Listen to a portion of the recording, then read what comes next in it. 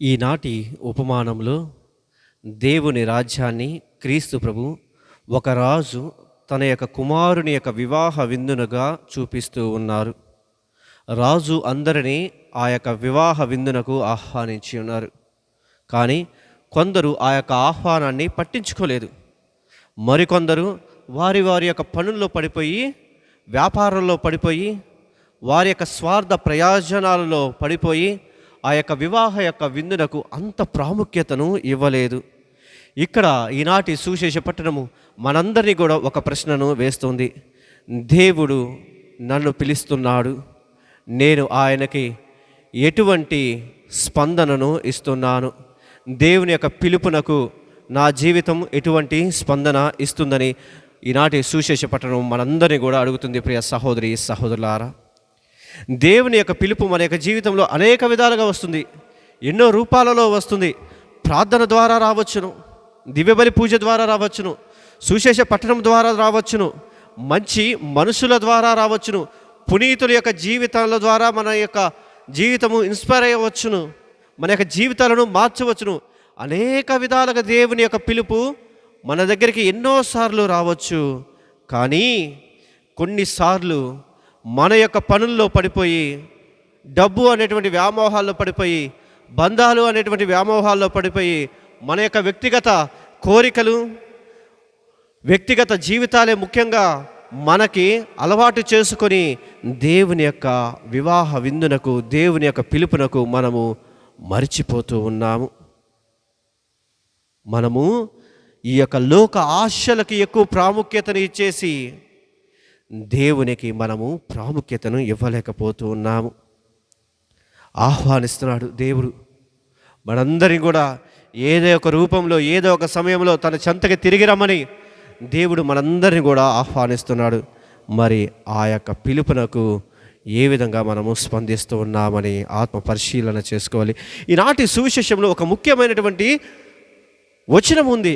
వివాహ వస్త్రము అనగా విందుకు వచ్చినటువంటి ఒక వ్యక్తి వివాహ వస్త్రాన్ని ధరించలేదు.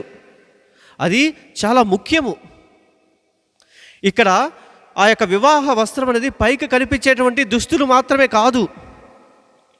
వివాహ వస్త్రము అనగా మారిన యొక్క హృదయము, పవిత్రమైనటువంటి జీవితము, ప్రేమతో నింపబడినటువంటి మనసు, దేవుని చిత్తాన్ని ఎవరైతే చూచా తప్పకుండా పాటిస్తూ ఉంటారో అటువంటి వారిని ఈ యొక్క వివాహ వస్త్రాన్ని సూచికగా ఉంటుంది. ప్రియ దైవ బిడ్డలారా, మనందరం కూడా చెప్పవచ్చు, నేను ప్రతిరోజు కూడా దేవుని ప్రేమిస్తున్నాను, ఆరాధిస్తున్నాను, ఘనపరుస్తున్నాను, స్తుతిపరుస్తున్నాను అని ప్రతి ఒక్కరం కూడా చెప్తూ ఉంటాము.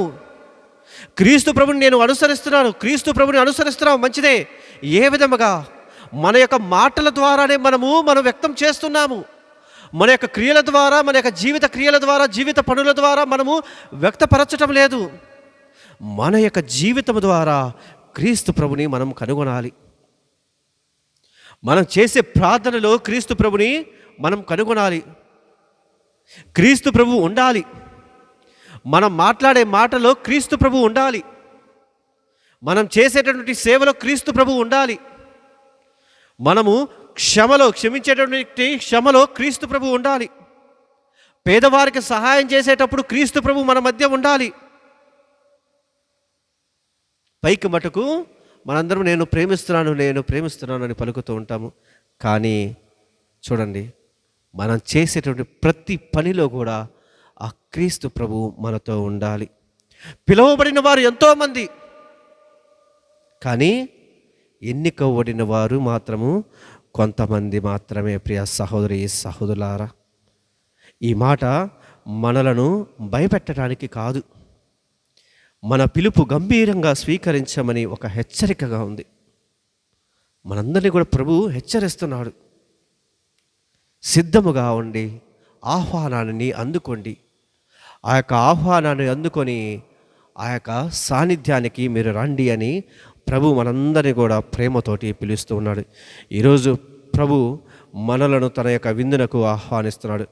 మరి మన యొక్క హృదయంలో ఈర్ష్య, ద్వేషాలు, అసూయ, అహంకారాలు, క్షమించలేనటువంటి మనస్తత్వము ఇవన్నీ ఉంటే ఇవన్నీ ఉంటే మనం ఏ విధముగా ఆ యొక్క ఆహ్వానాన్ని అందుకొనగలుగుతాము?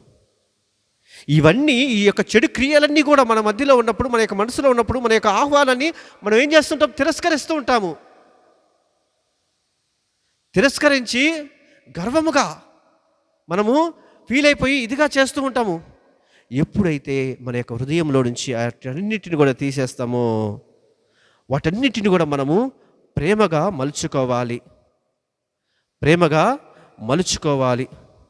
ప్రేమ అనేటువంటి ఆ యొక్క వివాహ వస్త్రాన్ని మనము ధరించాలి. ప్రభు మనందరినీ కూడా ఈనాడు ఆహ్వానిస్తున్నాడు. ఆ యొక్క పిలుపుకు మనం ఏ విధంగా స్పందిస్తున్నామని ఆత్మ పరిశీలన చేసుకుంటూ కొంతసేపు మౌనంగా ఉండి ప్రభుని ప్రార్థించుదాము. ప్రభు అయిన యేసయ్య, నీ రాజ్య విందునకు నన్ను ఆహ్వానించినందుకు మీకు వేలాది వందనాలు, కృతజ్ఞతలు తెలియచేస్తున్నామయ్యా. నీ పిలుపును నిర్లక్ష్యం చేయకుండా నా హృదయాన్ని శుద్ధి చేసుకుని ప్రేమ, క్షమ, సేవ, విశ్వాసంతో జీవించే కృపను ప్రసాదించు. నా జీవితం నీకు ఇష్టమైన పవిత్ర వస్త్రముగా మారే విధముగా నన్ను దీవించమని మనాదుడు మీ కుమారుడైన క్రీస్తు ద్వారా ఈ మనవి చేయుచున్నాము.